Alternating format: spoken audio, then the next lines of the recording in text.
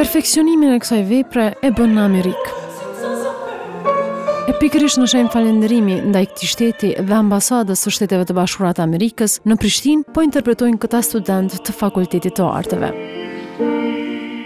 Këta të fundit janë mirënjohës amerikanëve për mundësinë që u dhanë për të mësuar më shumë me atë atë antikut gjatë verës.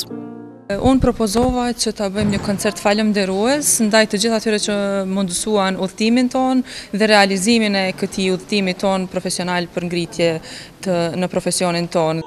Të gjitha veprat që u luajtën në këtë koncert, studentët i mësuan gjatë qëndrimit të tyre në Shtetet e Bashkuara të Amerikës.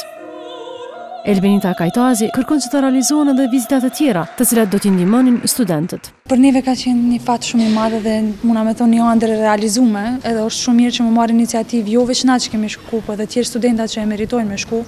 Këto misione janë shumë efektive për studentët, sidomos neve të artit muzikor, muzikës klasike, sepse nuk kemi shumë raste këtu.